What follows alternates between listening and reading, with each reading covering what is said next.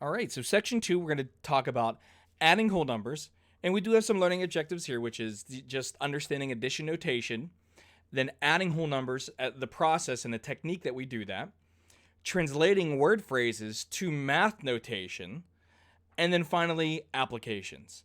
Now, I tend to approach this a little bit differently than most professors because I start with the application, because that's what really this is all about. Because we always hear the when will I ever use this in my daily life? And the answer is, well, right here in this example. So Aiden, who actually is the name of my nephew, so Aiden bought a baseball bat, a helmet, and a glove. The bat cost $299, the helmet cost $35, and the glove cost $68.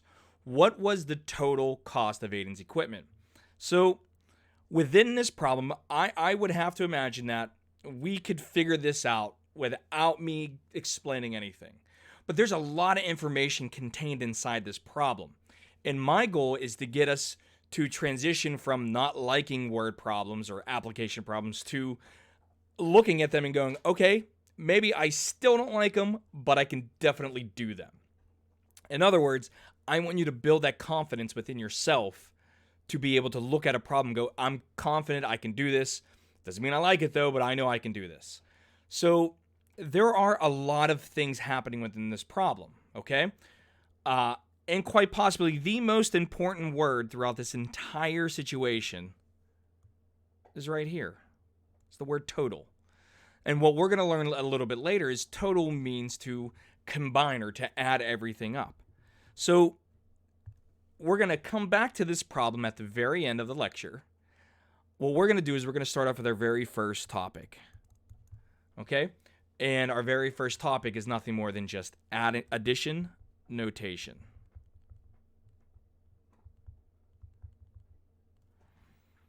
Okay, so the first thing we have is just a small little example. Okay? And when we add numbers, we use that little plus sign in the middle, okay? And the result of this is called the sum. So we have a plus sign, the 3 and the 5. Let me write that a little bit cleaner here. Are called addends.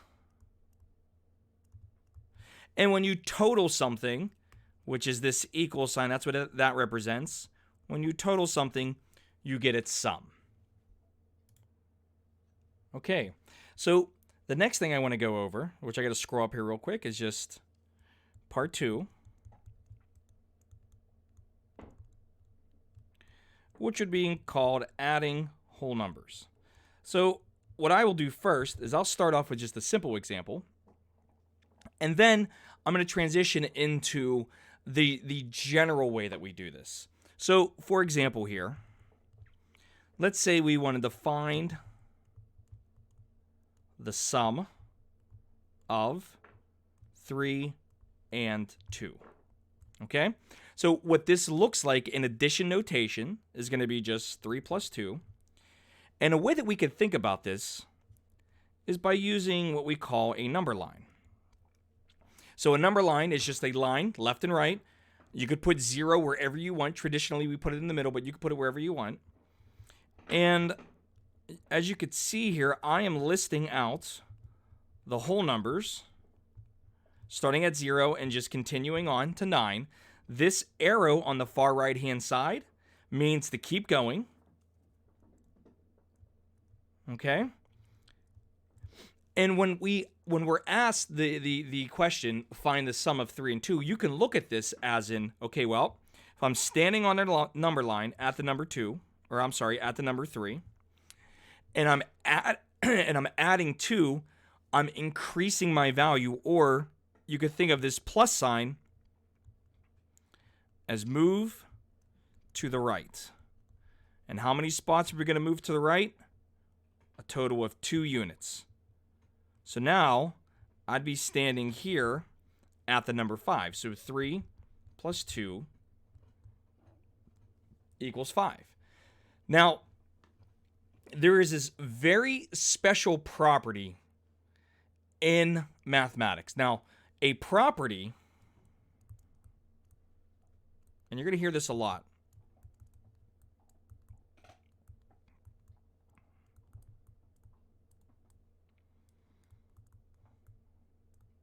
So a property is a tool that is used to help us simplify or just understand math. Okay? And that tool, the very first one that we're going to learn, is called the commutative property of addition. So let me write this out here.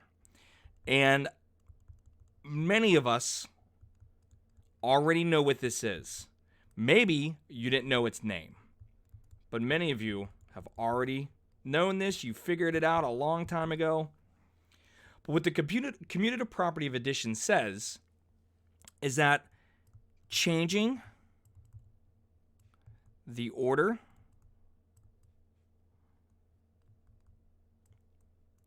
of the addends,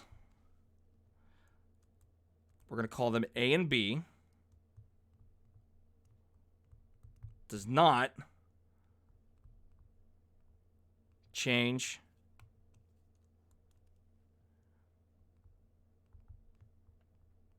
their sum. Meaning, A plus B is the same exact thing as B plus A. So, an example is exactly the one that we did above. 3 plus 2 is the same exact thing as saying 2 plus 3, because we know 3 plus 2 equals 5, and 2 plus 3 also equals 5. So that is our very first property. Now, you've used this so many times that you've probably, like I said, you might have heard of this, but you've used this so many times that you completely forgot what its name was. And this property is going to help us later on when we start talking about adding and subtracting, equations and stuff like that. Okay? So the next property I want us to go over is just another special one. It's a very small one. Okay? And this is called the identity property of addition. Okay? Here's this property. So it says the sum of any number, we'll call it A, and 0 is the number, which this is another property I think we've already known. It's just maybe you didn't know it actually had a name. So A plus 0 equals the letter A, or applying the commutative property and switching them still gives me the same exact result. So an example of this would be something like 3 plus 0 is still 3, and we know if we apply the commutative property and switch them, 0 plus 3, you still get 3 as a final answer. So if we just kind of go backwards real quick, okay? Scroll up here real fast. When we add whole numbers, if the numbers are very small, I think we can all go ahead and approach this problem using a number line, or we can quite possibly just do the math inside of our head, okay? The question becomes, what happens when the numbers tend to get a little bit larger, okay? For example,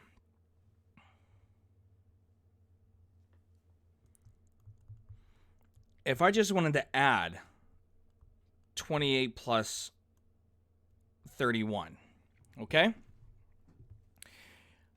Here's an example where I don't want to draw a number line. I don't want to draw 29 little tick marks, or 28. I don't want to move to the right 31 times. It's a lot of drawing in. From the previous video, you know my artistic ability is 0. So the key to adding whole numbers,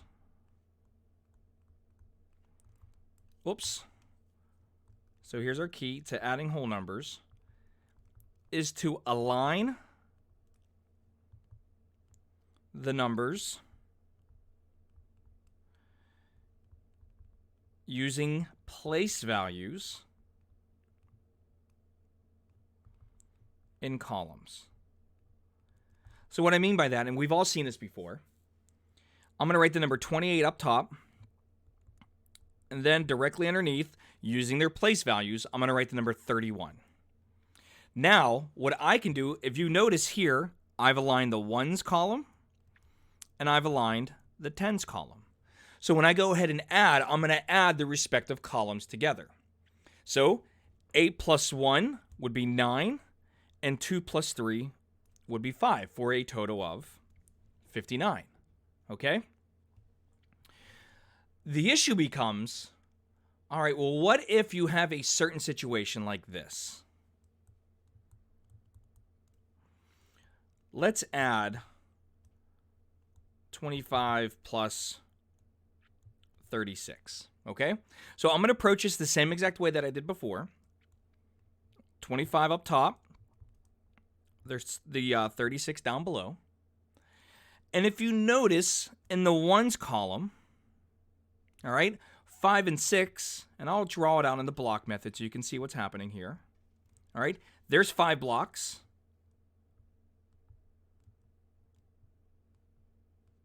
And here's 6 blocks. And notice that when I combine these two together, I'm going to have a total of 11 blocks. More importantly, I have 10 blocks and then 1 left over, okay? So if you think about this, this is where we get this concept of,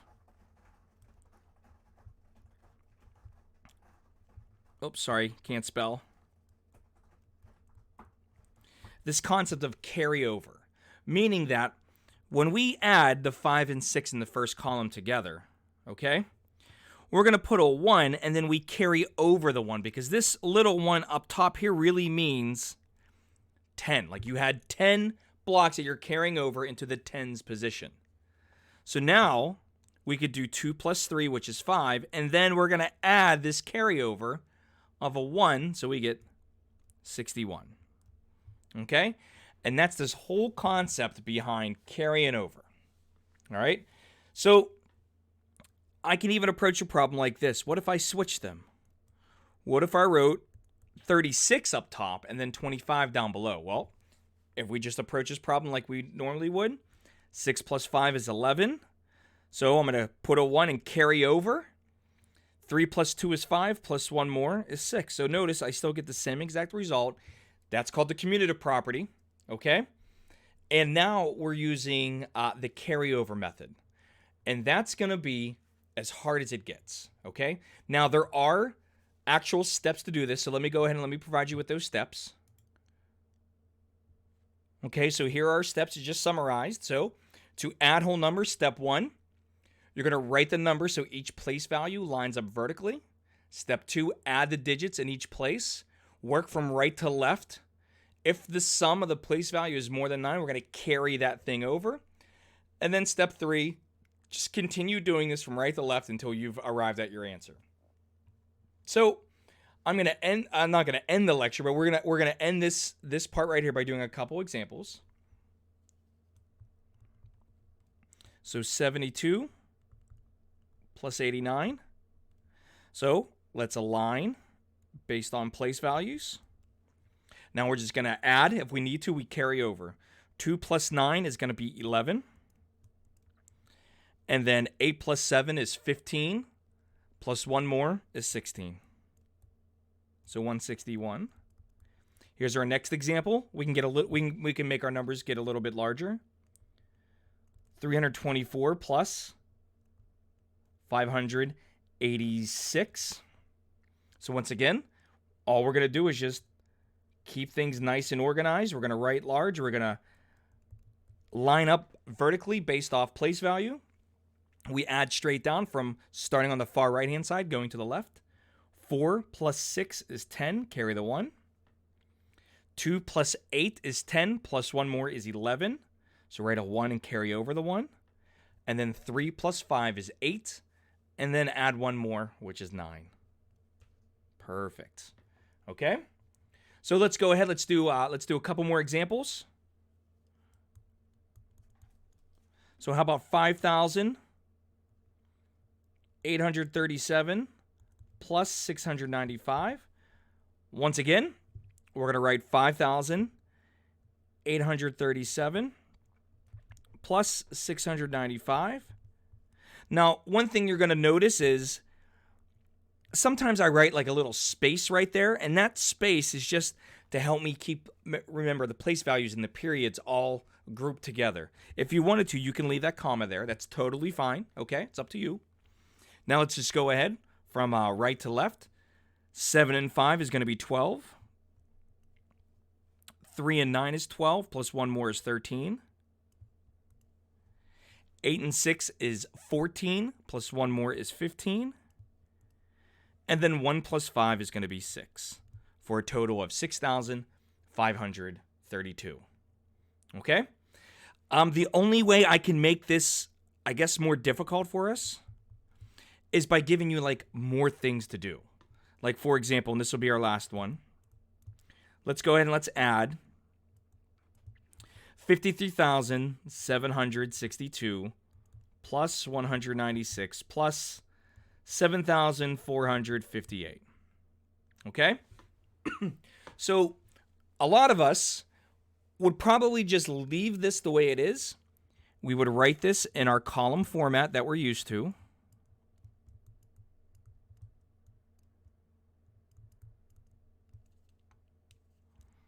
All right, which is totally fine by me, okay? But remember, if you wanted to, that commutative property says order does not matter when you're adding. So if you wanted to, you can write the 7,458 second and then the 196 last, because order doesn't matter when you're adding. And if you do that, notice, I think, if I were comparing, I think this one on the right-hand side that I just put that big square around, I think that is a little bit more neater or cleaner than the previous one. So let's go ahead. Let's add. Straight down, 2 plus 8 is 10, plus 6 is going to be 16. Carry the 1. 6 plus 5 is 11. Plus 9 is 20. Plus 1 more is 21. So we're going to put a 1 and carry the 2. 7 plus 4 is 11. Plus 1 more is 12. And then add 2 more to that is going to be 14. Carry the 1. 3 plus 7 is 10. Plus 1 is 11. Carry the 1. And then 1 plus 5 is 6. So we get a total of 61,416. Like I said, this is the only way I can make it more difficult, is by giving you more things to do. My suggestion, get organized. This is a biggie, what I'm about to write. Slow down. You're going to hear me say that a lot throughout these lecture videos. We're all extremely smart. Sometimes we don't feel like that, and I can totally understand that. But we're all very smart, and our brains tend to move very quickly. If we can slow ourselves down, we can get our thinking to be much more rigid, clear, and organized. So I suggest organization, slowing down, and just be neat. Neatness counts, okay? Now, we're going to move into, I think, the third thing that we wanted to talk about today. Oops, sorry. I guess my computer wants to open up Spotify, which we're not going to listen to any music today. We're doing math. So, number 3 is translate word phrases into math notation. So this is going to be the very start of, this is going to be the very start of taking word problems and then formulating them into some sort of math notation, okay? Now to help us, we're going to be looking for keywords, all right? So let me show you what those keywords are real quick. All right, so here's our handy chart. So we have operation, this is the first row, operation, words, examples, and expression, okay? Now the operation is addition. The words that we're going to be looking for that tell us what operation we're dealing with, in this case it's going to be addition, would be plus, sum, increased by, more than, total of, and added to. So then we have some examples with using each one of these words. 1 plus 2, the sum of 3 and 4, 5 increased by 6, and so forth. Now an expression, all right, an expression is nothing more than just a math statement. That's it. This is where the notation kicks in. So if you look at 1 plus 2, notice the expression would be 1, the plus sign, and then the number 2. If we look at the very last row, 6 added to 4, notice that we are starting with the number 4, and then we're adding 6 to it. So it's going to be 4 plus sign 6, okay? So please, if you want, I would make some flashcards, okay? And I would have each one of these on their own little separate flashcard. So plus is one flashcard, sum is another flashcard, and then an example, and then the expression on the back. So like, for example, here, if this is my flashcard, all right, and this is the front, and the front would be more than, okay? Then the back, I would have something like this. 8 more than 7, and then 7 plus 8 underneath. That way you can kind of flip them back and forth. You know more than means add, and then you got an example and an expression directly underneath it on the back of the note card. Okay? So what we're going to do here is we're just going to take a couple statements and we're just going to convert them into expressions. All right? So here's our first example. The sum of 15 and 10. Okay? So we want to translate, then simplify. All right, now this is huge. These are things that we, as math students, we always overlook. We think too fast, and we need to slow ourselves down. First, we know we have the sum of 15 and 10. So we know we're going to be adding 15 plus 10. So right now, in terms of the directions, I've translated. Check. Now, the next thing would be then simplify, meaning let's go ahead, let's combine these two together.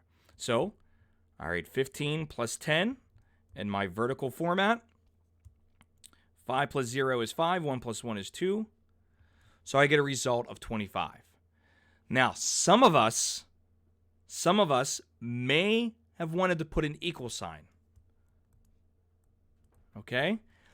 And for now, I'm going to say that's okay. All right? Personally, I like to use the double equal sign with that arrow, meaning I went from left to right. 15 plus 10 results in 25.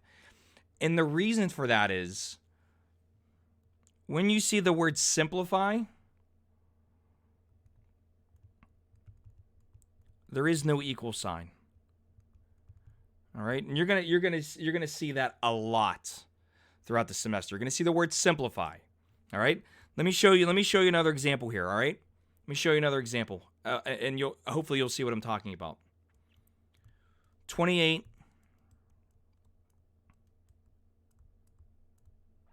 increased by 31. Okay?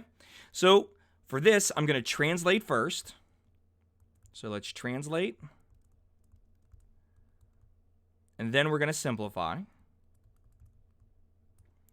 All right, so 28 plus 31. Now notice I didn't put an equal sign here because within this 28 increased by 31, within this first statement, let me highlight the first statement so you know exactly what I'm talking about. Within this first statement here, there is no equal word in there. Therefore, I don't put one in, okay? Too many times we do that. So I'm going to ask you just to please be aware, all right, that if you don't see the words equal or the word is, okay, there is no equal sign, all right? So what I'm going to do here is go ahead and stack them on top of each other, and I'm going to add straight down. 8 plus 1 is 9. 2 plus 3 is 5. All right, so we got a grand total of 59. All right. So now we're going to go ahead and we're going to end this class the same way that we started, which is an application. All right, and we're going to look at two very specific applications. The first one, okay, is going to be probably the most widely used, which is what we call perimeter. Now, perimeter, we define perimeter as the total outside distance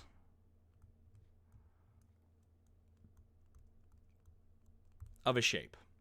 Okay? So when we talk about perimeter, we're talking about just the total outside distance of a shape. So the easiest example I can give us is a rectangle where this is 2 feet. This would be 6 feet. This would be 2 feet. And this would be 6 feet. And if I asked you to find the perimeter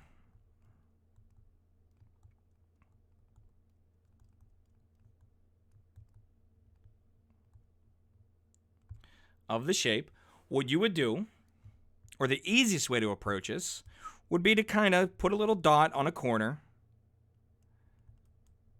and say, well, this is where I'm going to start. And all I'm going to do is just walk around the outside of this object or this shape and just add up my sides. So side 1 is 2 feet plus side 2 is 6 feet plus side 3 is 2 feet plus side 4 would be 6 feet. And if you notice, I ended where I started. So perimeter would just be the addition of all these sides. So 2 plus 6 is 8, plus 2 more is 10. And then finally, 10 plus 6 is going to be 16. And this is huge. Feet. Okay? You want to make sure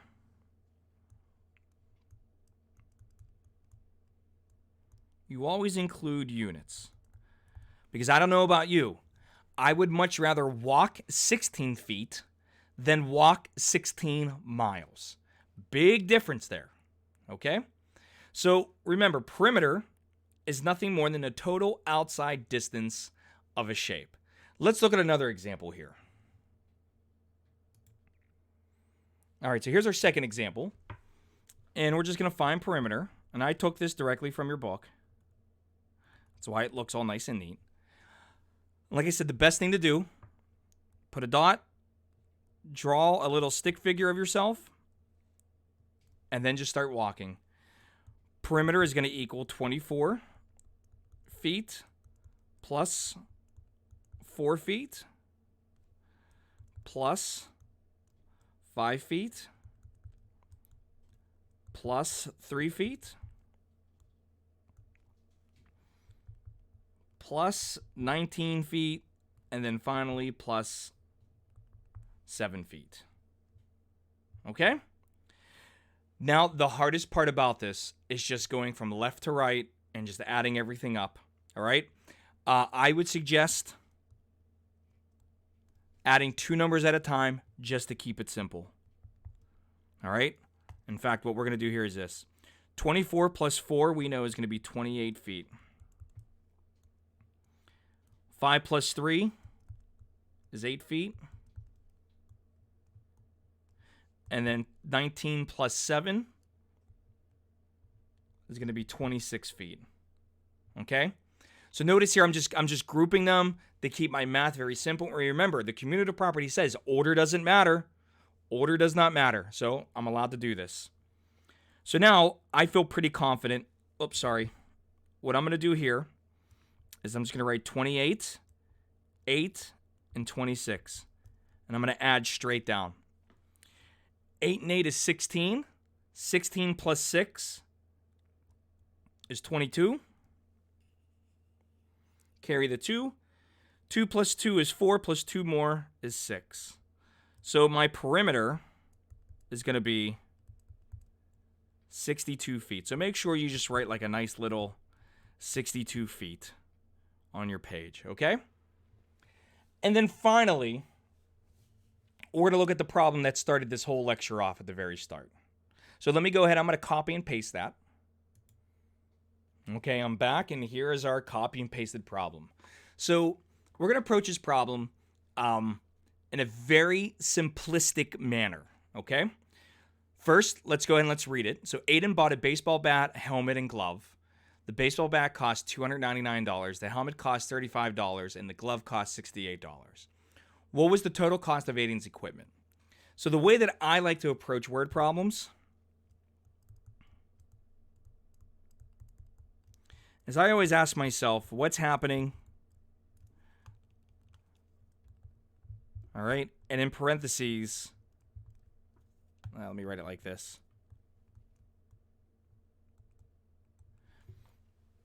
So I like to ask myself, what's happening? No math. Like I don't use numbers. I don't use notation. I just try to understand the situation. In this situation, Aiden's buying baseball equipment. So I just kind of like write myself a little note. Aiden is buying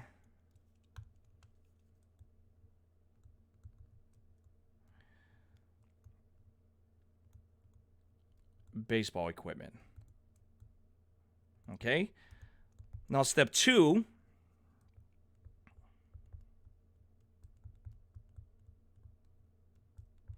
I write down, what do I know?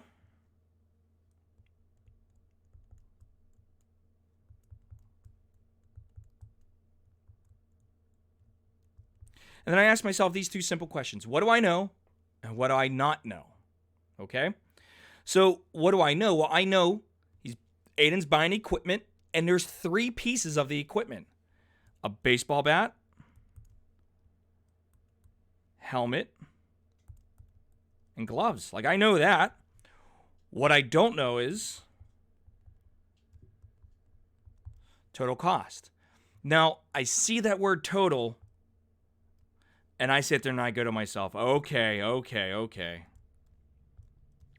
We're going to want to add things together. So step 3, and this is very fancy, formulate a plan, all right? And this is very fancy. Sometimes you can use a formula, which is great. It means the work's already done.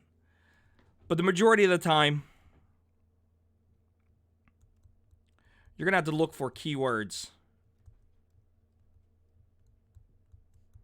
to determine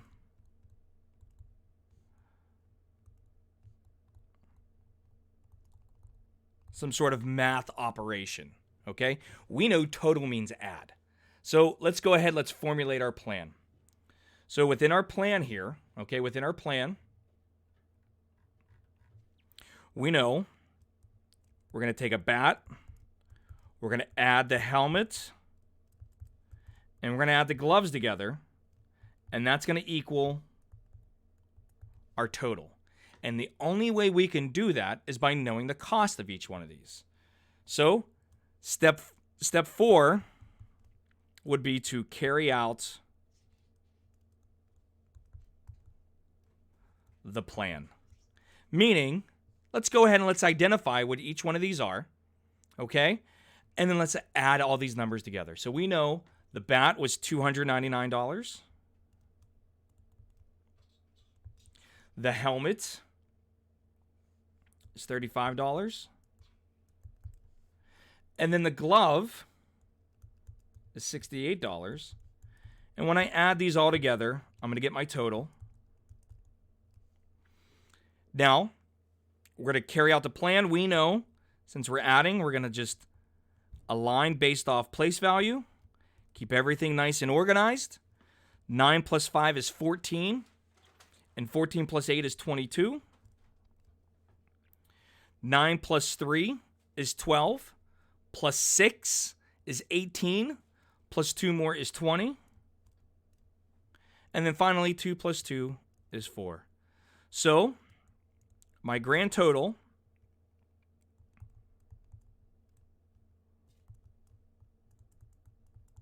is $402. And that's going to be it for this section. So remember, what I'm going to, I'm just going to give you a little bit of advice real quick, just for word problems. You want to follow these 4 steps. Actually, there's 5. I'm gonna write down the 5th step. So I guess it's not the end of the section. Step 1, what's happening? No math. Just tell me what the situation is. Step 2, you want to ask yourself these 2 questions. What do I know? What do I not know?